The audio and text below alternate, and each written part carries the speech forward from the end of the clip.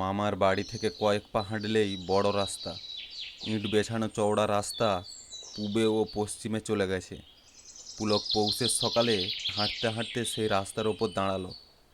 কুয়াশা আস্তে আস্তে কেটে যাচ্ছে, লাল সূর্য একটু উপরে উঠে আসছে। জব্বর ঠান্ডার ভেতরেও পাখিদের কিচিরমিচির। রাস্তার ওপাশে একটা খেজুর গাছে কলসি ঝুলছে। বুলবুলি পাখি সদ্য ঝরা রস ঠোঁট দিয়ে চুকচুক করে খাচ্ছে। এমন সময় একটা পাখি তার কাছে উড়ে এসে বসল। বুলবুলির মতো দেখতে, কিন্তু লেজটি তার 1-1.5 ফুট লম্বা। পুলকের অবাক হওয়ার কথা, অবাকই হলো সে।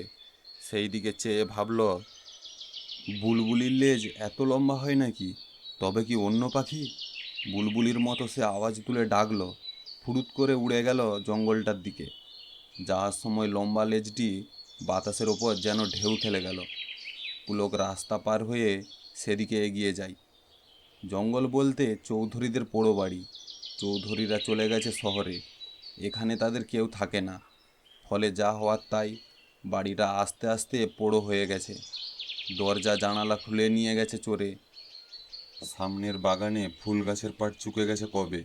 পাঁচিলের এখানে ওখানে ভাঙা, বাড়ির চারপাশে ঝোপ জঙ্গল। বড় মামা পুলককে একদিন জানিয়েছিল ওই পোড়ো বাড়িতে নাকি ভূত থাকে, কিন্তু লম্বা লেজালা পাখিটা তো ওদিকেই গেল।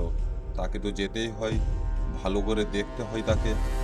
কয়েক পা এগিয়ে সে ভাবল, দিনের বেলায় এখানে ভূত থাকতে পারে না।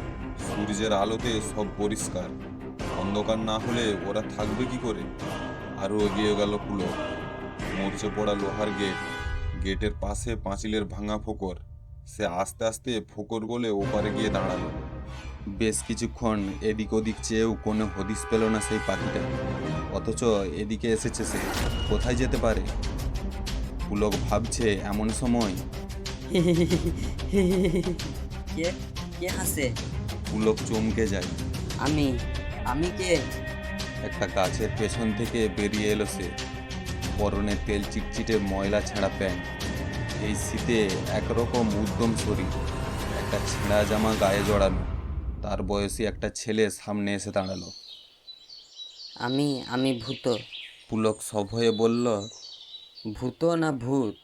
পুলকের কথা শুনে আবার হি হি করে হেসে গড়িয়ে পড়ল সেই ভূত, ওরফে ভূত। হাসি থামিয়ে বলল, কি যে বলো তুমি? ভূত হতে যাব কোন দুঃখে? আমি ভূত? ওই হলো, ভূত আর ভূত একই কথা। ভূত এবার থমকে গেল, রেগে গিয়ে বলল, তা কি করে হবে? ছুঁচ আর ছুঁচো কি এক কথা? তাই তো, এক কথা হবে কেন? ভূত আর ভূত আলাদা হতেই পারে। আমি এবার থেকে না হয় ভূত বলে ডাকবো। আচ্ছা ভাই ভূত, তুমি একটা লম্বা লেজের বুলবুলির কথা জানো? সে উড়ে এসে এদিকে কোথায় বসলো বলো তো? ভূত বলল, আমি জানবো না কেন? আমি অনেক কিছু জানি। এই পোড়ো বাড়ির জঙ্গলে অনেক কিছুই থাকে। খরগোশ, শেয়াল, গন্ধগোকুল, গোগরো সাপ, আর গাছের মাথায় কত না রকমের পাখি।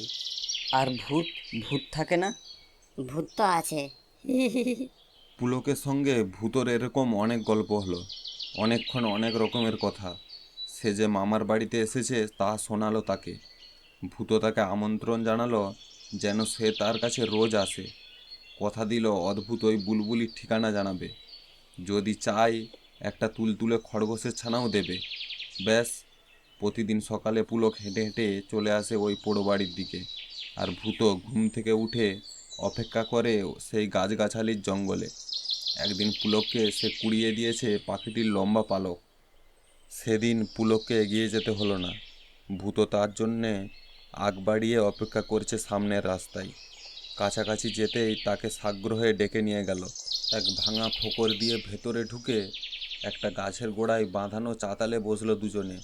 তারপর ভূত বলল, অনেক দামি খবর দেবো আজ তোমায়। কি খবর? তোমার বড় মামার মেয়ের জন্য দেখাশোনা হচ্ছে। হ্যাঁ হ্যাঁ, তুমি জানলে কি করে? আমি জানি, আমি অনেকের অনেক কিছু খোঁজ রাখি। তা কি হয়েছে বলো? যে ছেলেটা দেখতে আসছে সে খুব বদ। বদ বলেই একটা মেয়ে তার হাতে কামড়ে দিয়েছে কদিন আগেই। এখনও সেই ঘা সারেনি। তুমি এত জানলে কি করে? আমি জানি।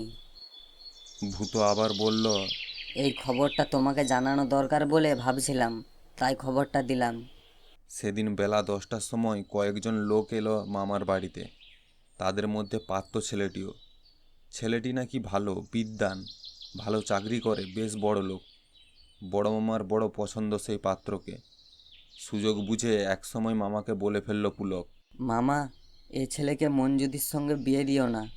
মামা অবাক, তার ভাগ্নে বলে কি? এমন ছেলেকে তো যে কেউ লুফে নেবে। মামা গম্ভীর হয়ে বলল, কেন? ছেলেটি বড় বদ, বিচ্ছিরি, দুষ্টু। দুষ্টু? হ্যাঁ, দুষ্টুই তো। তুই জানলি কি করে? পুলক কি করে জানে তা মামাকে বলতে পারছে না।